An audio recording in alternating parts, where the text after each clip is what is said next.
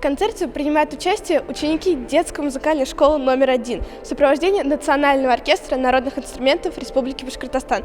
Такое происходит впервые. Мы с вами свидетель премьерных номеров. Концерт «Великие имена Сабитовской школы» придуман старейшей музыкальной школой Башкортостана, чтобы напомнить о национальном музыкальном искусстве. Здесь выступают учащиеся детской музыкальной школы номер 1 в сопровождении Национального оркестра народных инструментов Республики Башкортостан.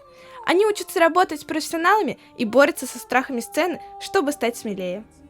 Когда самое первое прослушивание было, я, конечно же, с оркестром расходилась, расстраивалась немного, было такое. А сейчас это такое радостное волнение, радость, что у меня есть возможность поиграть с оркестром.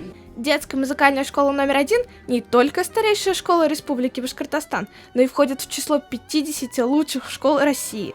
На данный момент здесь обучаются около 1100 ребят. На выбор у них есть 24 направления. Им даже предлагается игра на валторне и калкубызе. Этот инструмент называется домра. Он звучит весело. Когда я на нем играю, я представляю бегущих коней. Как ты думаешь, какое будущее у башкирской музыки?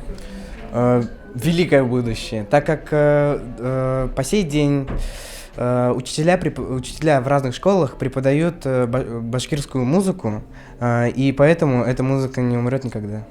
Всего на концерте исполняют 18 номеров. Вы услышите лучшие образцы башкирской музыки и премьерное исполнение номеров.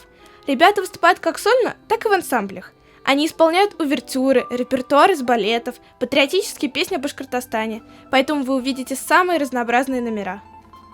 Детская музыкальная школа номер 1 славится своими выпускниками. Многие из них продолжают обучение по музыкальному направлению в лучших вузах Башкортостана и страны.